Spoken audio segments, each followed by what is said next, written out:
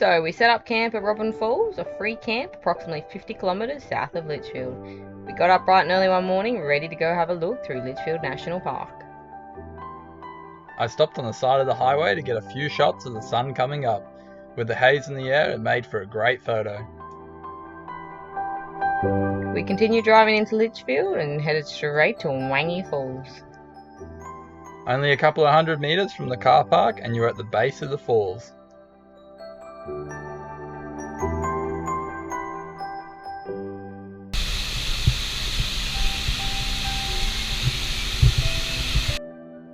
It was a bit too early for a swim, so we just admired it from the viewing platform before moving on. Our next stop was Tolmer Falls. Again, a nice short, easy walk to the viewing platform where you can view the waterfall from a bird's eye view.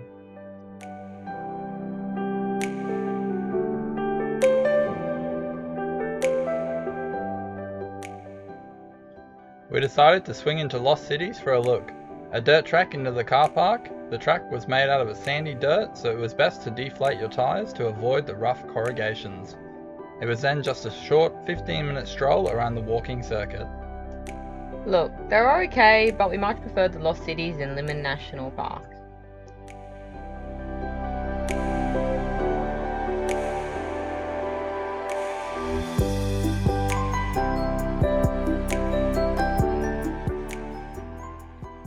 We then popped into Florence Falls for a look. You can't really tell, but it was super busy in the base pool.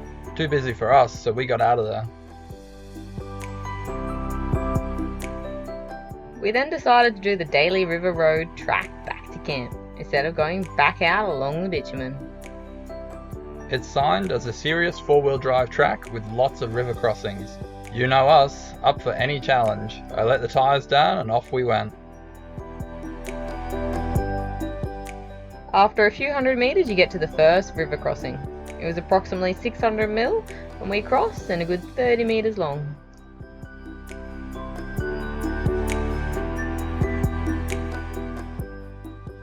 It was pretty easy with a hard sandy bottom. We then had to cross another river to visit the Blythe homestead. This one was a little bit deeper, but again no problems if you have a high clearance four-wheel drive.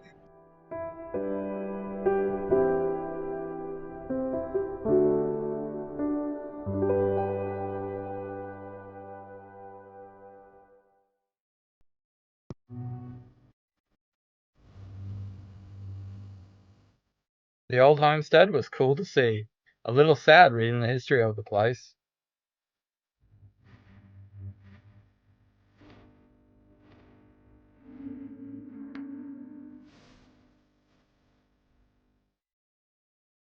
We then ventured down the back and up to the old tin mine for a look.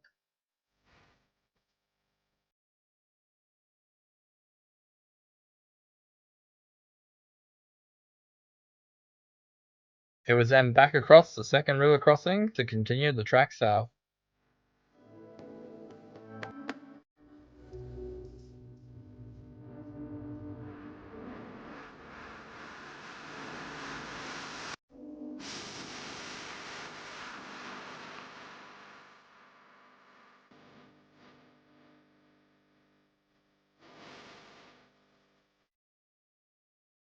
The scenery was nice and changed a lot on the drive down.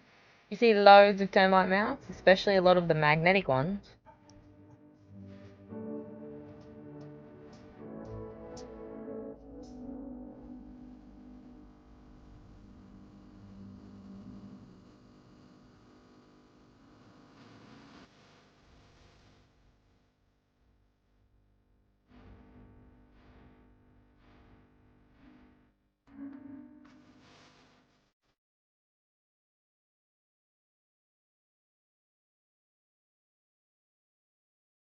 A couple more moderate creek crossings to get through until you reach the Big Daddy, the Reynolds River East crossing.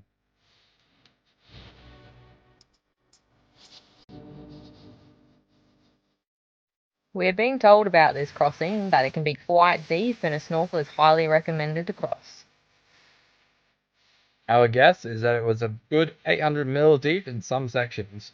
Here is 3 different camera angles. As you can see, it was pretty deep.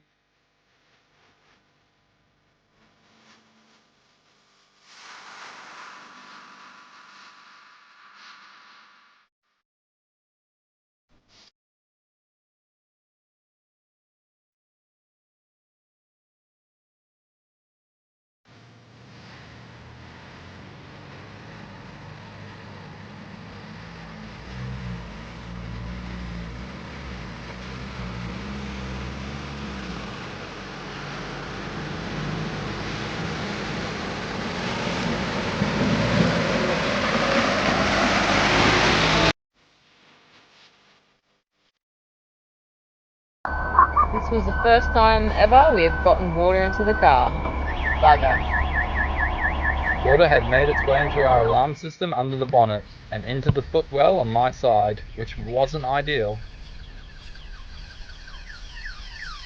Oh well, not too much harm done. It's one of those things you don't really test for. How watertight your door seals are.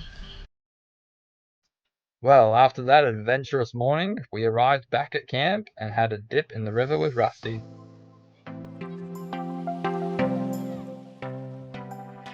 Myself and Kurt then strolled up to the actual Robin waterfall, which was only a few hundred meters away from our campsite.